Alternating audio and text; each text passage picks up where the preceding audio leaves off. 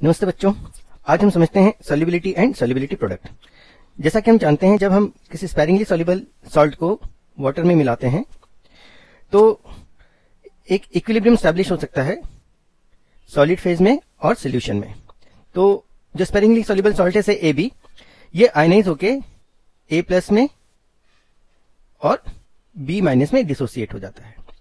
अब जिस कंडीशन में ये इक्विलिब्रियम स्टैब्लिश हो गया है, उस कंडीशन में जो सोल्यूशन है ये हम जानते हैं, इसे हम कहते हैं सैचुरेटेड सोल्यूशन। और जितने मोल्स सॉल्ट के डिसॉल्व होंगे पर लीटर ऑफ द सोल्यूशन, तो उसको हम कहते हैं सॉल्युबिलिटी। जैसे अगर मान लीजिए AB जो है उसके S मोल डिसॉल्व हो गए, मतलब इस पर्टिकुलर केस में A प्लस का कॉन्सेंट्रेशन भी S हो जाएगा और B माइनस का कॉन्सेंट्रेशन भी S हो जाएगा, तो यहाँ पर S क्या हो जाएगा, सॉल्युबिलिटी। और जो इक्विलिब्रियम कांस्टेंट होगा इस इक्वेशन का, इसे हम कहते हैं सॉल्युबिलिटी प्रोडक्ट, क्योंकि ये हेटेरोजेनियस इक्विलिब्रियम है। तो इस पर्टिकुलर केस में सॉल्युबिलिटी प्रोडक्ट हो जाएगा A plus into concentration of A plus into concentration of B minus. इस पर्टिकुलर केस में हो जाएगा S into S which is equal to S square. तो यहां से आपको सॉल्युबिलिटी प्रोडक्ट और सॉल्युबिलिटी में रिलेशनशिप मिल जाएगी। लेकिन ये डिपेंड करता है टाइप ऑफ दी सॉल्ट में। हर केस में सेम रिलेशनशिप हो ऐसा जरूरी नहीं है, तो हम कुछ डिफरेंट केसेस देख लेते हैं। तो पहला हम देख लेते हैं, जैसे अभी हम ऑलरेडी देख चुके हैं, ये टाइप AB टाइप का अगर सॉल्ट है, तो अगर AB टाइप का सॉल्ट है जो भी हमने देखा, तो इसमें तो हमने देखा कि जो AB है, फिर से लिख रहा हूं मैं, ये A प्लस में और B माइनस में आयनाइज हो गए, AB सॉलिड में है, ये A प्लस और B माइनस डिसॉल्व है। तो यहां पर S मोल्स इसके मिल जाएंगे, S मोल्स, तो AB डिसॉल्व हुआ S। तो यहां पर जो KSP होगा, this is equal to concentration of A plus into concentration of B minus. तो यहां पर जो KSP हो जाएगा, this is equal to S into S, यानी KSP क्या हो जाएगा, S स्क्वायर के बराबर। तो ये जो पर्टिकुलर केस है, इस पर्टिकुलर केस में जो रिलेशन आपको मिला वो KSP is equal to S square मिल गया। लेकिन हर बार सेम रिलेशन मिले ऐसा जरूरी नहीं है। अगर मान लीजिए सॉल्ट है AB2 टाइप का, AB2 टाइप का अगर सॉल्ट है,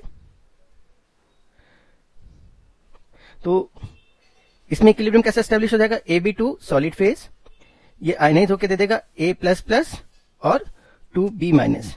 तो अगर AB2 के S मोल डिसॉल्व होते हैं तो A प्लस प्लस के S मिलेंगे, जो S क्या है यहाँ पर सॉल्युबिलिटी, और B माइनस के कितने मिल जाएंगे आपको, 2S। तो इस केस में जब आप KSP की वैल्यू लिखोगे तो क्या लिखोगे, concentration of A plus plus into concentration of B minus का स्क्वायर, और KSP is equal to A plus plus, तो A प्लस प्लस है S और B माइनस का है 2S, इसका होल स्क्वायर। तो इस पर्टिकुलर केस में क्या आ जाएगा, KSP is equal to 4S cube.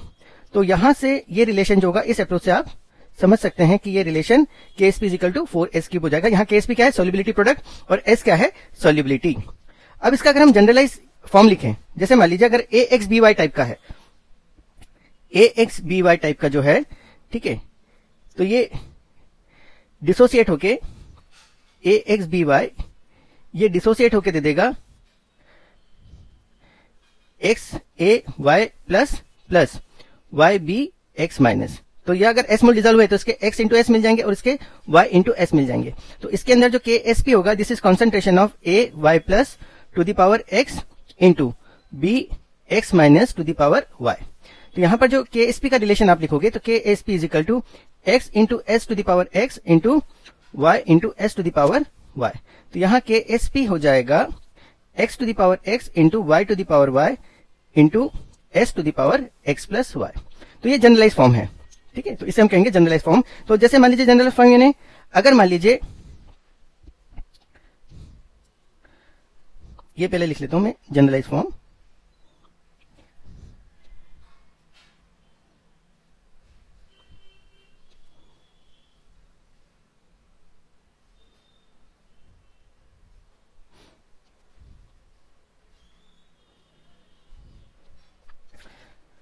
तो इस केस में KSP हो जाएगा X to the power X into Y to the power Y into S to the power X plus Y। मतलब यह है कि अगर ये रिलेशन आपको अप्लाई करना है A2B3 के लिए, तो यहां पर X इक्वल टू क्या लिखोगे आप, 2, और Y इक्वल टू क्या लिखोगे आप, 3। तो यहां पर KSP इक्वल टू क्या हो जाएगा, है ना, यहां आ जाएगा 2 to the power 2 into 3 to the power 3 into S to the power 2 plus 3। ठीक है, तो इस तरीके से आप इसे सॉल्व कर सकते हैं। ठीक है, इसमें एक बात ध्यान रखिएगा आप कि ये जो रिलेशन है ना, ये जो रिलेशन है सिर्फ उसी कंडीशन में होंगे जब सोल्यूशन में, सॉल्वेंट में ए बी के अलावा कोई और ऐसा सॉल्यूट प्रेजेंट नहीं है जिसमें कोई कॉमन आयन हो। मतलब in absence of common ion ये रिलेशन आप यूज कर सकते हैं, लेकिन in presence of common ion ये रिलेशन आप हमेशा यूज कर सकते हैं, because this is generalise form. तो कॉमन आयन के प्रेजेंस में जो सॉल्युबिलिटी निकालने हैं उसका हम अलग केस देखेंगे, वो बाद में देखेंगे। लेकिन ये जो रिलेशन है इसको आप ध्यान रखिएगा, it is in the absence of common ion solubility और सॉल्युबिलिटी प्रोडक्ट के बीच का रिलेशन देते हैं। ठीक है, इसका कुछ एग्जांपल्स भी हम आगे देखते हैं।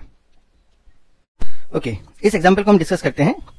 Solubility of salt AB3 is 10⁻⁴ मोल पर लीटर, फाइंड सॉल्युबिलिटी प्रोडक्ट। ठीक है, तो ये क्वेश्चन सॉल्व करते हैं हम, इसका सोल्यूशन देखते हैं। तो इसमें आपको सॉल्युबिलिटी यानी S की वैल्यू दी हुई है 10⁻⁴, आपको निकालना है सॉल्युबिलिटी प्रोडक्ट। ठीक है, अब हम ये जानते हैं कि जो सॉल्ट है AB3, ये जब आयनाइज होगा तो AB3 ये आयनाइज होकर दे देगा A++++3B-। हम ये जानते हैं कि AB3 जब डिसॉल्व होता है तो अगर इसके N मोल डिसॉल्व होते हैं तो A++ के N मोल बनेंगे और B- के 3N मोल बनेंगे। मतलब अगर हम सॉल्युबिलिटी की बात करें तो अगर AB3 के S मोल डिसॉल्व हुए 1 लीटर में तो A+++ जो पॉजिटिव आयन है उसके S मोल बनेंगे और B- के 3S मोल बनेंगे। ठीक है, तो अगर हम बेसिक रिलेशनशिप पे जाएं तो बेसिक रिलेशनशिप के हिसाब से क्या हो जाएगा, KSP is equal to concentration of A+++ to the power 1 into B- to the power 3, क्योंकि इसका कोएफिशिएंट B- का 3 है। तो KSP is equal to A++ कितना है, S है, B- कितना है, 3S है। तो ये हो जाएगा S इंटू 3 का क्यूब इंटू S का क्यूब, मतलब ये हो जाएगा 27 into S to the power 4 which is equal to 27 into 10 to the power -4 to the power 4, यानी 27 इंटू 10 टू द पावर -16। ठीक है, तो ये, और इसी को आप लिख सकते हो 2.7 इंटू 10 टू द पावर -15। तो ये तो एक तरीका हो गया है ना, इसमें आपको रिलेशन, जनरलाइज रिलेशन को यूज करने की जरूरत नहीं पड़ी। इसकी एक अल्टरनेट मेथड और देख लेते हैं। तो अल्टरनेट मेथड जो हमने जनरलाइज रिलेशन देखा है अभी, ये क्या देखा है, KSP is equal to x to the power x into y to the power y into s to the power x plus y। और इस पर्टिकुलर केस में x कितना है 1 और y कितना है 3, तो रख देते हैं हम इसे। तो this is equal to 1 to the power 1 into 3 to the power 3 into s to the power 1 plus 3, मतलब 27 into s to the power 4 which is equal to 27 into 10 to the power -4 to the power 4, यानी 27 into 10 to the power -16। मतलब आप इस relation से भी calculate कर सकते हैं। ठीक है, पर ये ध्यान रखना, ये केसेस हमने जो भी पढ़े हैं वो इन एब्सेंस ऑफ कॉमन आयन देखे हैं। ठीक है, सिर्फ सॉल्ट प्रेजेंट है सॉल्यूशन में। ठीक है, थैंक यू वेरी मच।